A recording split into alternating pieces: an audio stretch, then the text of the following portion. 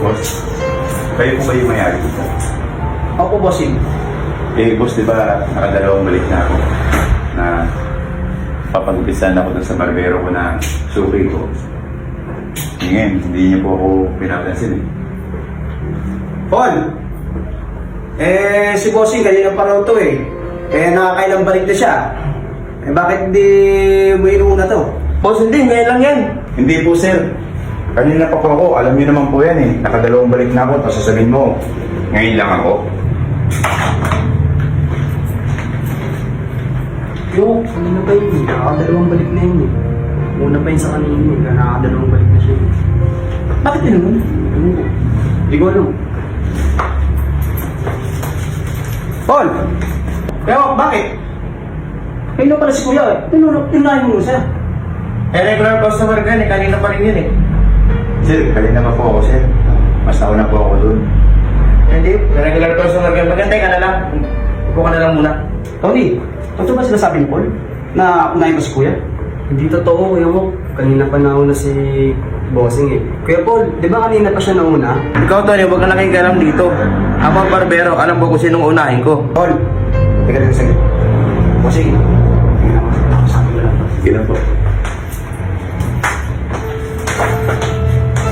Paul, bakit hindi rin si Kuya?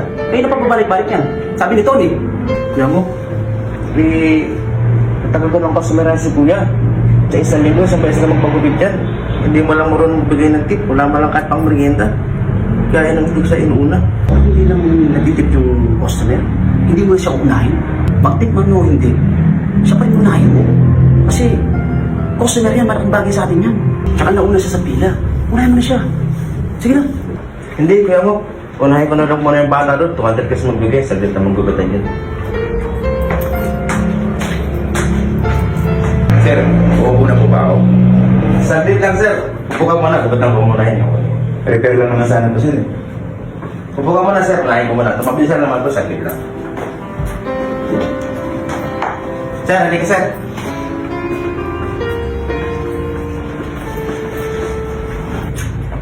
Siguro kita talaga, oh. Sige na, sir. Kita na natin. Sige na. Salamat po, sir, kasi kanina pa naman ako talaga, sir. Oh, Dapat po, sir, sa mga barbero mo, kung sino po talagang nauna, dapat unahin. Kasi narinig ko kayo. Porque hindi daw ako nagtitip. Linggo-linggo ako dumadating. Papagupit ako. Hindi raw ako nagabot ng pamerienda o tip man lang. Hindi natin alam, sir. Ako, papagupit ako linggo-linggo. Kung makakaluwag-luwag naman ako, hindi naman ako sabihin kahit pang merienda man hindi ako mag-aabot.